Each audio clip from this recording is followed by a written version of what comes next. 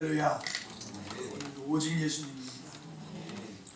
오늘도 예수님의 은혜가 평강이 이 시간 저와 여러분들에게 충만하게 차고 넘치시기를 예수님 이름으로 간절히 축원합니다. 할렐루야. 제 목소리가 좀 좋지 못해요. 양해해 주시면 감사합니다. 이해해 주시면 감사하겠습니다.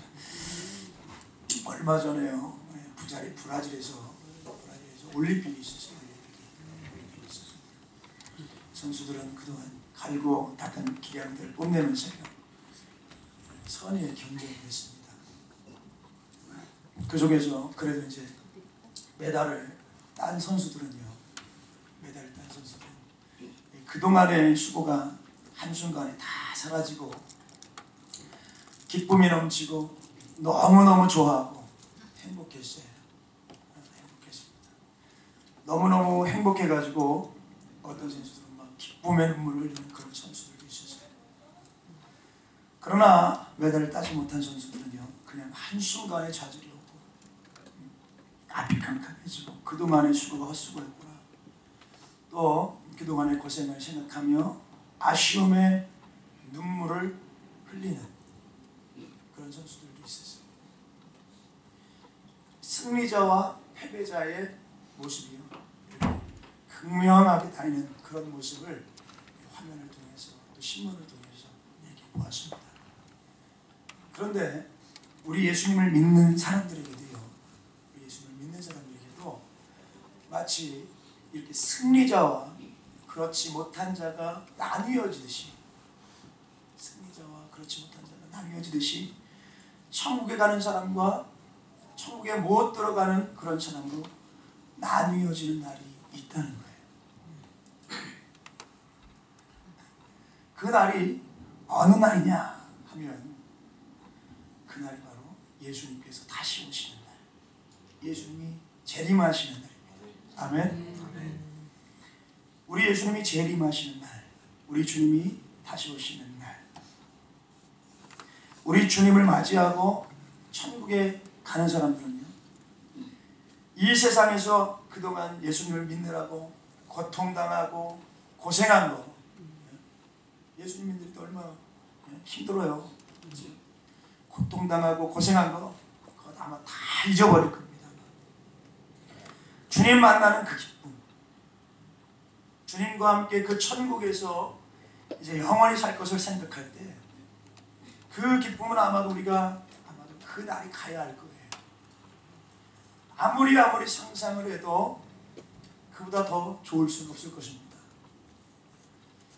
그런데 그날에 누구보다도 가슴을 치면서 통곡할 사람들이 있다는 거예요. 누굴까요? 평생 예수님을 믿는다고 하면서 교회 생활을 했어요. 그런데 주님 오실 때, 우리 예수님 오실 때 예수님께서 나도 몰라, 나는 너를 도무지 모르겠어. 이 불법을 행한 자야, 내게서 물러가라면서 주님이 거절하심으로 결국은 주님을 맞이하지도 못하고 지옥으로 갈 수밖에 없는 그런 사람들. 그 사람이 아마 제일 가슴을 치고 제일 아마 참 불행한 사람으로서 슬피 울게 될 것입니다. 성경에 보면요, 주여 주여 하는 자마다 천국에 다 들어가는 게 아니라고 그랬어요. 하늘에 계신 너희 아버지 그 뜻대로 행하는 자라야, 하늘에 계신 너희 아버지 그 뜻대로 행하는 자라야 들어간다고 그랬습니다. 우리가 주의 이름으로 선지자 노릇을 하고 주님의 이름으로 많은 권능을 행하고 귀신을 쫓아내고 세상적으로 볼 때는 저 사람은 저거 아마 천국에 가도 면류관은 10개는 받겠다, 정말 많이 받겠다, 이렇게 생각을 했는데, 여러분, 이를 얼마나 벌렸느냐가 중요한 게 아니고요, 하나님의 뜻을 따라서 행했느냐, 그게 중요합니다. 하나님의 뜻을 따라서.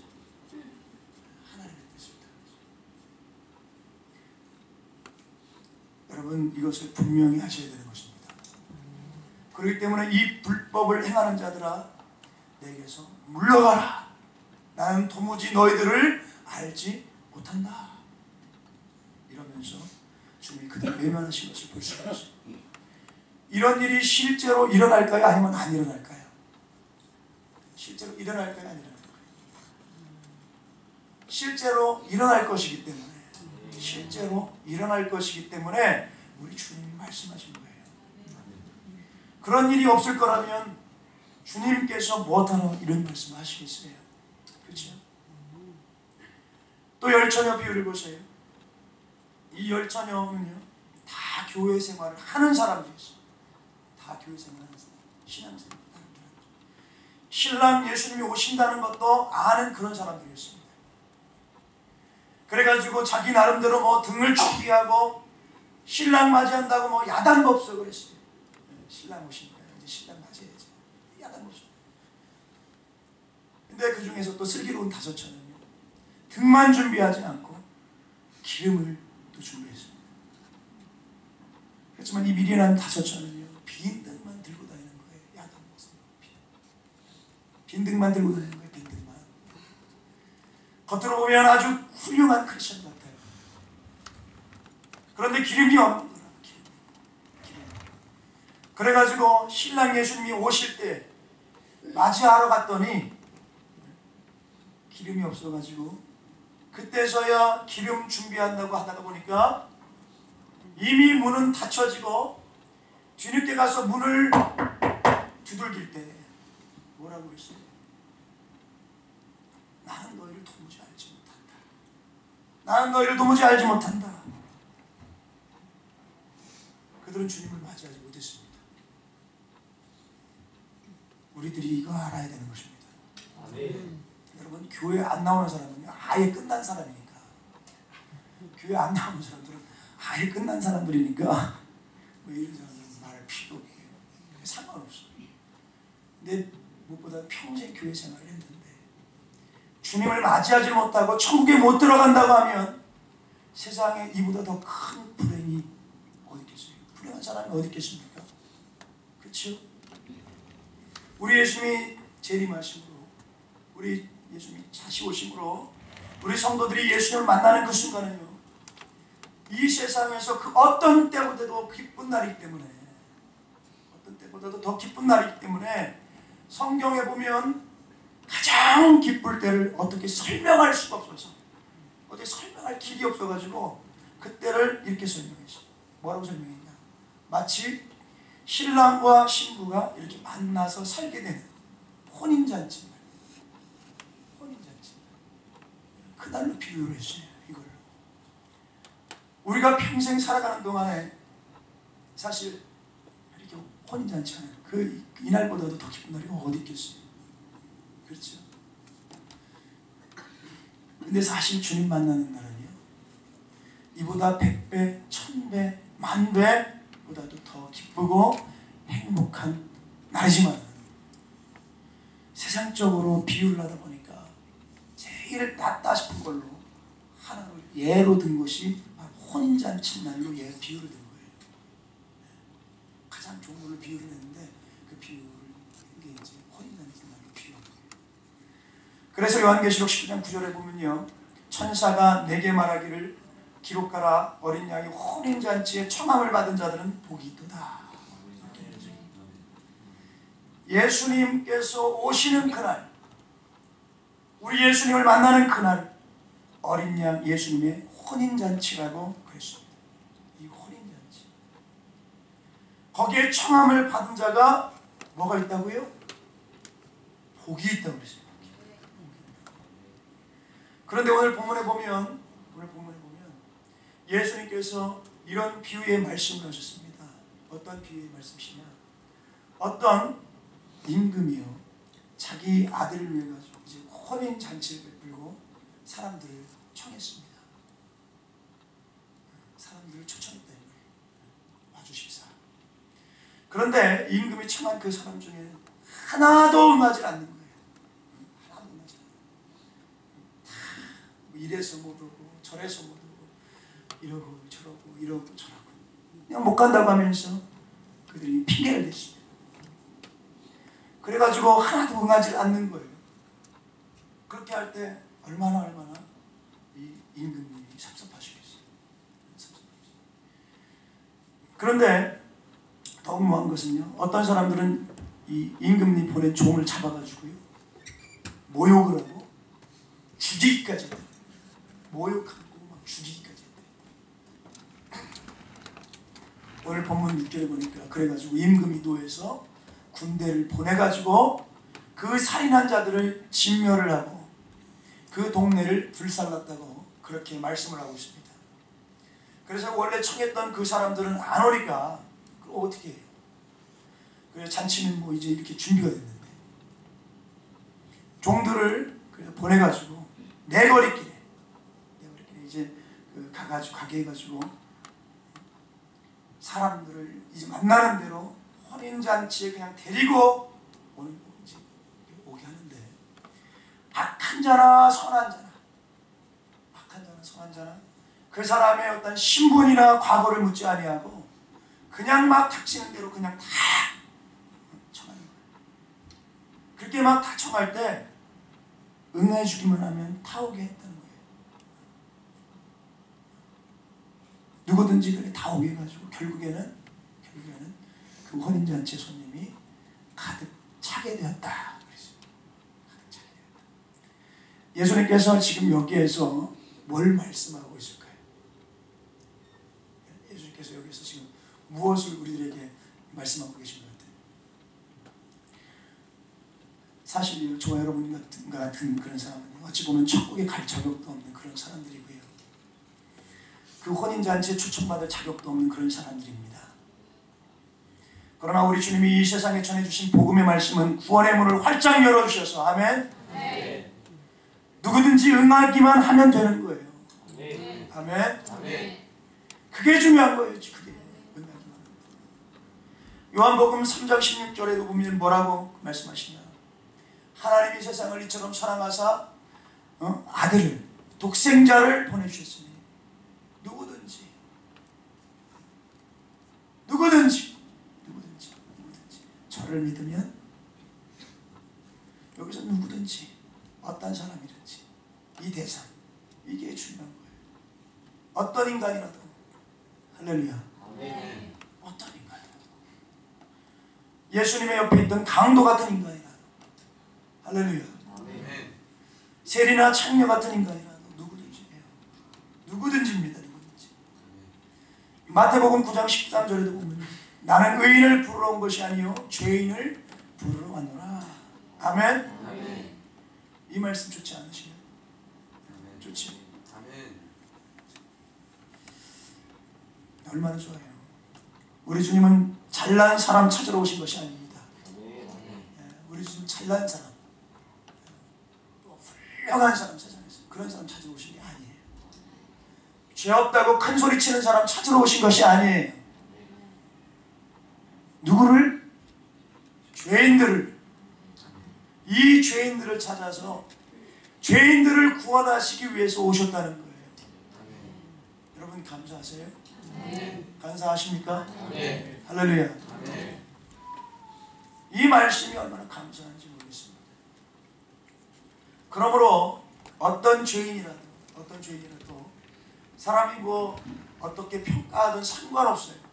사람들이 어떻게 평가하든 상관없어요. 어떤 죄인이라도 예수님을 믿으면 구원 얻게 되고 어떤 죄인이라도 주여 나를 불쌍히 여겨 주시옵소서. 나를 기억해 주시옵소서. 예수님 옆에 있는 강도처럼 주님을 찾기만 하면 살 길이 열린다는 것입니다. 이것을 믿으시기를 바랍니다. 네. 할렐루야. 네. 아멘. 네. 성경 전체를 보면요, 어떤 죄인이라도 하나님 앞에 나오고 하나님을 찾고 하나님을 부르짖을 때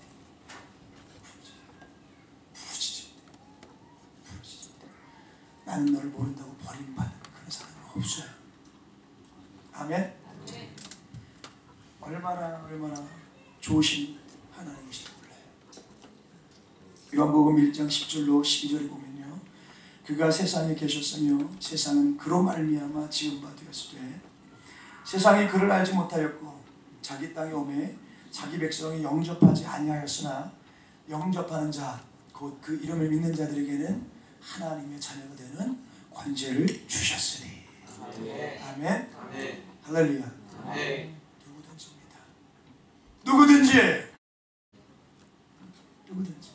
누구든지 예수님을 영접하기만 하면, 누구든지 주님의 이름을 믿기만 하면 하나님의 자녀가 되는 권세를 주셨다는 것입니다. 아멘. 할렐루야. 얼마나 감사해요. 그런데 성경에 보면 유대인들은 언제나 우선순위에 있어서 첫째 자리에 있었어요. 유대인들. 이 유대인들을 가장 중요하게 생각하신 걸 여기 성경을 알 수가 있는데, 먼저 마태복음 10장 5절로 6절에 보면요, 예수께서 이 12를 내보내시며 명하여 이르시되 이방인의 길로도 가지 말고 사마리아인의 고을에도 들어가지 말고 오히려 이스라엘의 집에 잃어버린 양에게로 가라. 이렇게 말씀합니다. 우선순위의 첫째가 이스라엘 백성, 유대인들이에요.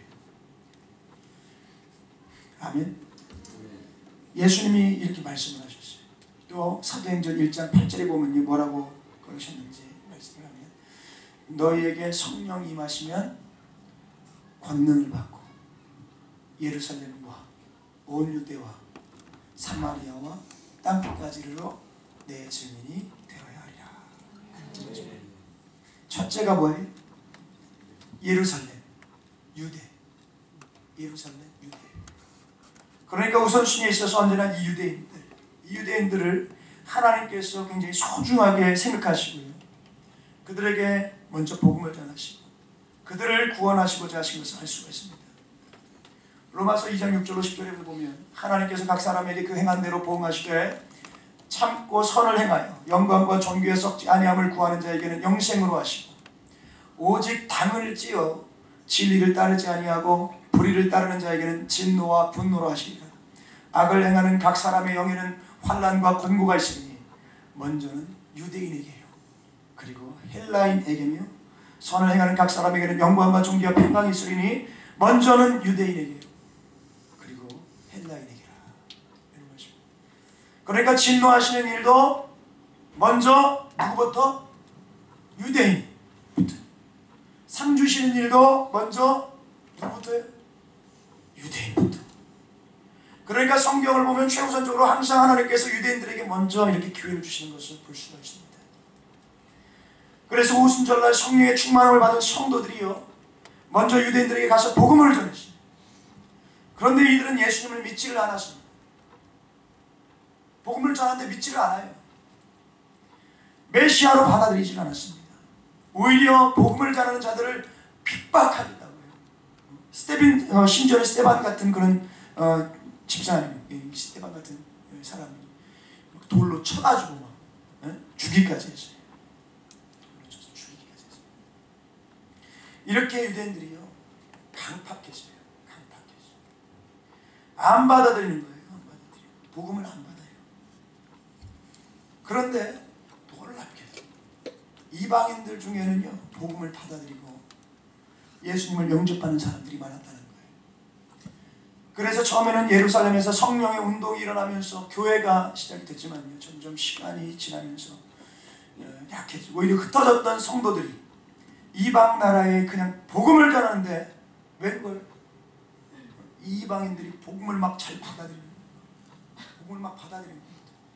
그래서 안디옥과 같은 그런 곳에서는 많은 사람들이 예수님을 믿게 돼가지고요, 그 교회에 아주 인물들이 얼마나 많게 되는지, 금식하며 기도하는 가운데 성령님께서 말씀하심을 따라가지고 바나바와 바울을 이 선교사로 파송함으로써 복음이 전 세계로 막 전파되기 시작하는 것을 우리 말씀을 통해서 볼 수 있습니다. 사도행전 18장 6절에 보면요, 사도 바울이 유대인들이 예수님이 그리스도라고 전하니까 막 비방을 하고 대적을 하고 막 못 살게 됐어요. 그러니까 이 사도 바울이요, 옷을 툭툭툭툭 털면서요. 이런 말을 합니다. 옷을 막 툭툭 털면서 뭐라고 말하는 거예요? 너희 피가 너희 머리로 돌아갈 것이요 나는 깨끗하니라. 이후에는 이방인에게로 가리라 하고, 그 다음부터는 이제 유대인들을 상대해봤자 뭐 받아들이지도 않고 막 비방만 하고 공격하고 대적하니까 이방 땅에 가서 복음을 이제 전하기 시작을 하는데, 고린도에 가서 보니까 얼마나 많은 사람들이 예수님을 믿게 되는지 1년 6개월 동안 그곳에서 머물면서 복음을 전하는데, 이 고린도 교회가 아주 큰 교회가 되는 것을 볼 수가 있습니다. 유대인들이 안 받으니까, 말을 안 들으니까 이방인들에게 가서 복음을 전하게 되고, 이방인들은 그냥 예수님을 열심히 믿는 거예요. 희한하게 열심히 믿는 거예요. 희한하게. 그래서 사도 바울을 로마서 11장 11절에 보면 구원이 이방인에게 이르러 이스라엘로 시인하게 함이니라 이렇게 말씀하고 있고요. 로마서 11장 25절에 보면 형제들아 너희가 스스로 지혜 있다면서 이 신비를 너희가 모르기를 내가 원하지 아니하노니, 이 신비는 이방인의 충만한 수가 들어오기까지 이스라엘의 더러는 우둔하게 된 것이라. 아멘. 이방인들 가운데 하나님의 택한 백성이 있습니다. 우리는 모르지만 하나님은 아세요. 그래서 그 이방인의 충만한 수가 다 예수를 믿어 구원받게 될 때까지 이스라엘 사람들은 완악하게 되었다는 것입니다. 아주 이 비밀을 이렇게 사도 바울이 지금 말을 하고 있어요. 이 말씀을 종합해서 오늘 본문의 말씀을 생각해 보면요, 청함 받았던 사람들이 오지 않았는데 그들이 누구를 가리킬까요? 대제사장이나 서기관이나 바리새인과 같은 그런 사람일 것입니다. 아무튼 유대인들이 먼저 청함을 받았는데 오지를 않는 거예요. 그래서 할 수 없이 어떻게 내거리 길에 가가지고 그냥 악한 자나 선한 자나 그 사람의 어떤 과거를 묻지 아니하고 그냥 무조건 그냥 초청을 해가지고 결국에는 혼인잔치가 풍성하게 가득 차도록 그렇게 모였다고 했는데, 이 사람들은요 저와 여러분과 같은 그런 이방인들을 가리킨 것입니다. 아멘. 그러니까 예수님의 이 비유의 말씀대로 그대로 되었음을 알 수가 있어요. 오늘날 전 세계에는요 많은 그리스도인들이 교회마다 모이고 있습니다. 그런데 거의가 다 이방인들이라는 거예요. 아멘. 이방인들이에요. 그런데 오늘 본문에서 특별히 강조하는 것은요, 혼인잔치에 참석하려고 하면 반드시 무엇을 입고 있어야 된다? 예복을 입고 있어야 된다. 예복을 입고 있어야 된다. 오늘 본문 말씀 그 마태복음 22장 11절 13절까지 말씀을 봅니다. 임금이 손님들을 보러 들어올 때 거기서 예복을 입지 않은 한 사람을 보고 이르되 친구여 어찌하여 예복을 입지 않고 여기 들어왔느냐 하니, 그가 아무 말도 못하거늘 임금이 서하늘에게 말하되 그 손 발을 묶어 바깥 어두운 데에 내던지라. 거기서 슬피 울며 이를 갈게 되리라. 그러시. 초청을 받아서 혼인잔치에는 참석을 했는데 이 사람은 예복을 입지 않았습니다. 예복을 입지 아니한 사람은 자격이 없는 거예요. 왔어도 그 자리에 왔어. 그래가지고 쫓겨나가지고 버림을 받게 되는 것을 볼 수가 있습니다. 성경에 보면요, 구원받은 성도들은요 옷이 달라요. 구원받은 성도들은 옷이 달라요. 요한계시록 7장 9절로 14절 말씀을 봅니다.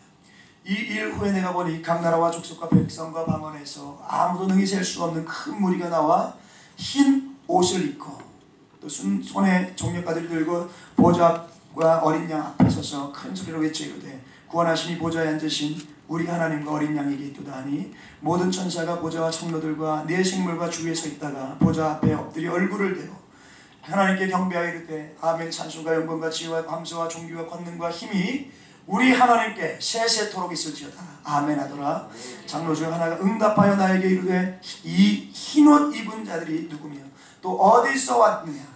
내가 말하기를 내 주여 당신이 아시나이다 하니 그가 나에게 이르되 이는 큰 환난에서 나오는 자들인데 어린 양의 피에 그 옷을 씻어 희게 하였느니라. 아멘. 예수님의 십자가 그 보혈로 말미암아 모든 죄를 사함받아서 의롭다함을 받은 사람. 아멘. 이 사람들은 천국에서 흰옷을 입고 우리 주님을 찬양하게 될 것입니다. 할렐루야. 또 요한계시록 19장 7절 중반부부터 9절에 보니까요. 어린 양이 혼인 기약이 이르렀고 그의 아내가 자신을 준비하였으므로 그에게 빛나고 깨끗한 세마포 옷을 입도록 허락하셨으니 이 세마포 옷은 성도들의 옳은 행실이로다 하더라. 천사가 내게 말하기를 기록하라. 어린 양의 혼인잔치에 청함을 받은 자들은 복이 있도다 하고 또 내게 말하되 이것은 하나님의 참되신 말씀이라 하기로. 우리 주님 앞에 빛나고 깨끗한 세마포 옷을 입고 주님을 만나게 되는데 이 세마포 옷은 성도들의 뭐라고요? 다시 한번 뭐라고요? 옳은 행실. 옳은 행실이래요. 옳은 행실. 옳은 행실. 여기에서 우리가 무엇을 알 수 있습니까? 이 옷이라고 하는 것은요. 옷이라고 하는 것은 우리가 입고 다니다가 보면 이 겉으로는 이렇게 보면은요 깨끗해 보여도 사실 여기 이렇게 목 같은 데 보면요 때가 끼고요 먼지가 앉아요. 오늘 파란색 와이셔츠 입었는데 파란색을 입어도 먼지가 낀 자국이 나더라고요. 이렇게 끼워요. 먼지가 않습니다. 그래서 옷이라고 하는 것은 항상 뭘 해야 깨끗하죠? 예? 옷이라고 하는 것은 뭘 해야 깨끗하죠? 예? 예. 세탁을 해요. 빨아요. 빨래를 해요. 항상 깨끗한 세마포 옷을 유지할 수가 있는 거예요. 빨아야. 그래서 요한계시록 22장 14절로 15절에 보면 자기 두루마기를 빠는 자들은 복이 있으니 이는 그들이 생명나무에 나아가며 문들을 통하여 성에 들어갈 권세를 받으려 함이로다. 개들과 점술가들과 음행하는 자들과 살인자들과 우상 숭배자들과 및 거짓말을 좋아하며 지어내는 자는 다 성 밖에 있으리라. 아멘. 더러워진 옷을 씻는 것이 뭐예요? 더러워진 옷을 그럼 씻는 것이 뭐예요? 더러운 짓 하던 거, 더러운 짓 하던 거 다 회개하고 예수님의 보혈의 공로로, 예수님의 거룩한 보혈로 깨끗이 씻음받아서 의롭다함을 받는 것을 가리키는 것입니다. 아멘. 그래서 예수님의 보혈이 중요한 거예요. 예수. 그러니까 항상 정신 차려서 날마다 옷 바른 일을 해야 되는 거예요.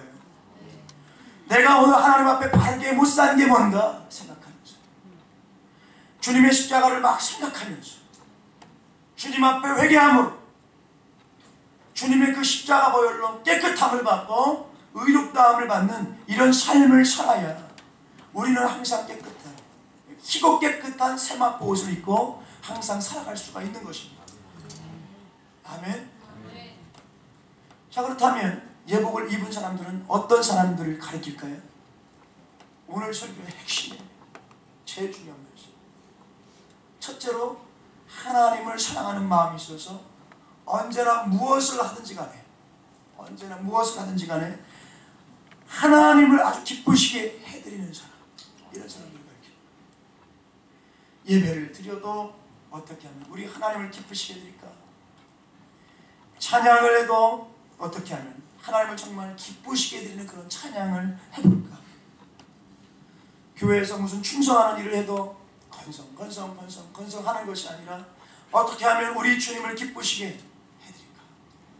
헌금을 주님 앞에 드려도 그냥 형식적으로 문전에 있는 무슨 거지한테, 동냥하는 거지한테 주듯이가 아니라 정말로 하나님을 기쁘시게 하는, 그러나 하나님을 감동시키는 그런 헌금을 좀 하면서 살아갑니다. 하나님을 기쁘시게 해드리려고 하는 그 마음, 이 마음이 중요한 겁니다. 아멘.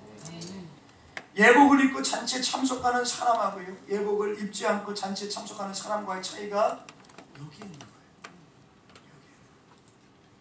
사람은 속일 수 있지만 하나님은 못 속입니다. 여러분 잘 생각하시기 바랍니다. 잘 생각하세요. 그리고 하나님을 기쁘시게 해드리려고 하는 사람들은요, 적당히 살지 않는다는 거예요. 적당히. 말씀대로 살려고 그럽니다. 적당히 살 수가 있나요? 받은 게 얼마인데. 감사해서. 그러니까 막 순교 같은 거 타는 거예요. 받은 은혜가 너무 크기 때문에. 적당히 살려고 하지 않아요. 그저 말씀대로 막 살려고 합니다. 말씀대로 못 살면 막 못 살아서 가는 죄송해서 하나님 앞에 미안해서. 아멘. 말씀대로 사는 게 산 믿음입니다. 말씀대로 사는 게 산 믿음입니다.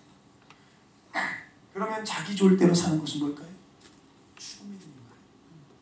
자기 좋을 대로 사는 것은 죽은 믿음입니다. 기분 따라 사는 것. 신앙생활도 기분 따라 해요. 기분 따라. 말씀대로 살려고 하는 그 신앙이 하나님을 기쁘시게 하는 줄로 믿습니다. 아멘. 두 번째로 예복을 입은 사람은 어떤 사람인가? 변화가 있는 사람이에요. 변화가 있는 사람. 이거 아주 중요한 겁니다. 저는 우리 생명수침예교에서 이렇게 목회하면서 보니까 가면서 감사한 게 뭐냐면, 그리고 행복한 게 뭐냐면, 이게 변해가는 모습들을 우리 성도님들을 통해서 보게 될 때, 옛날에는 참 엉터리였는데, 야, 이렇게 바뀌어가고, 그걸 뭐 참 시간이 흐르고 세월이 가면 갈수록 이렇게 변하는 모습을 기쁘고 감사하고 행복하고 목회의 보람을 느끼고. 목회자가 무엇으로 보람을 느끼겠어요? 성도님들 많아서 돈 많이 받아서 보람을 느끼겠어요? 아니면 명예를 뭐 쌓아서 보람을 느끼고. 성도님들이 변화되는, 예수님 뜻대로 살아보려고 하는 그 마음, 막 그거 보면 참 보람이다, 감사하다. 어떻게 저렇게 변할까? 그런 모습을 보면 목회자인 저도 이렇게 감사하고 기쁜데, 우리 하나님은 얼마나 기뻐하십니까? 이런 생각을 해요. 여러분, 우리 생명수침예교의 가장 자랑스러운 모습은 다른 것에 있는 게 아니에요. 옛사람이 다 변해서요, 새사람이 됨으로 변화되는 것. 아멘. 마귀의 자녀였었는데 하나님의 자녀로서 하나님의 성품을 닮아가고 예수님을 닮아가는 그 변화, 이것이 가장 중요한 것입니다. 이런 사람을 우리 하나님은 가장 기뻐하실 줄로 믿습니다. 아멘. 오늘날 많은 교회들은요, 평생 교회생활을 했지만 변화가 되지 않은 사람들이 많아가지고, 이런 사람들 때문에 교회마다 얼마나 시끄럽고 또 분쟁이 그치지 않고 부흥이 되는 게 아니라 거꾸로 부흥이 돼요. 거꾸로. 교회가 그냥 쪼그라들고 작아지고. 왜 그렇게 안 변할까요? 성령으로 거듭나지 못했기 때문에. 성령으로 거듭나지 못했기 때문에. 하나님의 자녀가 되지 못했기 때문인 것입니다. 예복을 입지 못했기 때문인 거예요. 이것을 우리가 알아야 되는 것입니다. 아멘. 또 세 번째로 예복을 입은 사람은 어떤 사람인가? 형제를 사랑하는 사람이에요. 형제를 사랑하는 사람. 요한일서 4장 20절에 보면 하나님을 사랑하노라 말을 하면서도 형제를 사랑하지 않는 사람은 거짓말을 하고 있다는 거예요. 거짓말. 왜? 눈에 보이는 형제를 사랑하지 못하는 사람이 어떻게 눈에 보이지 않는 하나님을 사랑하냐는 거예요. 이런 사람은 하나님을 사랑할 수 없다는 거예요. 그러니까 자기가 뭐 예수님을 잘 믿는다고 그러고 가장 예수님을, 하나님을 사랑하는 것처럼 그렇게 보여도요, 형제를 사랑할 줄 모르는 사람은 이거는 이중적인 인격을 가진 사람이고 아주 잘못된 사람인 거라는 거죠. 우리는 말로만 사랑하면 안 될 줄로 믿습니다. 말과 혀로만 사랑하면 안 되는 것입니다. 행함과 진실함으로 사랑해야 되는 거예요. 초대교회 이 예루살렘 교회 보세요. 성령 충만함을 받으니까 이 교회가 사랑이 얼마나 많았던지, 날마다 마음을 같이 해서 성전에 모이기를 힘쓰고 날마다 교회에 모였대요. 날마다. 교회에 모이는 것을 막 힘씁니다. 그리고 어떻게 했는가? 오로지 기도하기를 힘썼대요. 기도하기를. 요즘 이렇게 하면 이단 소리 듣습니다. 참 웃겨요. 이렇게 하면 이단 소리 듣습니다. 오로지 기도하기를 힘씁니다. 물건을 가지고 와서 통용을 하고 누구나 다 그냥 네 것 내 것 없이 다 같이 쓰는 거예요. 그리고 좀 꽤 재산 꽤나 있는 사람들은 가지고 와가지고 가난한 사람들에게 나눠주니까 핍절한 사람이 하나도 없었다는 것입니다. 천국과 같은 교회였다는 거예요. 아멘. 여러분, 우리가 형제를 사랑해도 되고 미워해도 되고 이런 선택사항이 아닌 거예요. 선택사항 아닙니다. 꼭 명심하시기 바랍니다. 요한일서 3장 10절에도 보면 그 사람이 하나님의 자녀인지 마귀의 자녀인지 뭘 보고 알 수가 있느냐? 형제를 사랑하는지 안 하는지 그것을 보면 안다는 거예요. 그래서 형제를 사랑하는 사람은 사망에서 생명으로 들어간 줄을 알 수 있지만 그렇지 않은 사람은, 형제를 사랑하지 않는 사람은 사망에 머물러 있다고 그랬어요. 더군다나 형제를 미워하는 사람은 살인하는 자인데 이 사람에게는 영생이 거하지 아니한다고 그랬습니다. 얼마나 중요한 말씀인지 몰라요. 여러분, 양과 염소의 비유 있죠. 또 양은 뭐죠? 사랑을 베풀었어요. 사랑. 말과 혀로만 행하지 않고 실제로 진실한 마음으로 행함이 있었어요. 사랑을 베풀었습니다. 그에게는 46절에 보면 그에게는 영생이 있고 이렇게 말씀합니다. 염소는 뭐지요? 염소는 행함이 없어요. 행함이. 아무리 설교를 들어도 나는 나고 너는 너다 그런 거예요. 나는 나고 너는 너다. 내 형편도 죽겠는데 내가 누굴 못 해줘. 내가 뭘 누굴 못 해줘. 이러고 그냥 자기만 위해서 산 사람들, 이런 사람은 염소라는 거예요. 염소. 그들은 영벌에 들어간다고 그랬습니다. 영벌에. 사랑의 실천이 있느냐 없느냐가 이렇게 중요한 것입니다. 이게 중요한 거예요.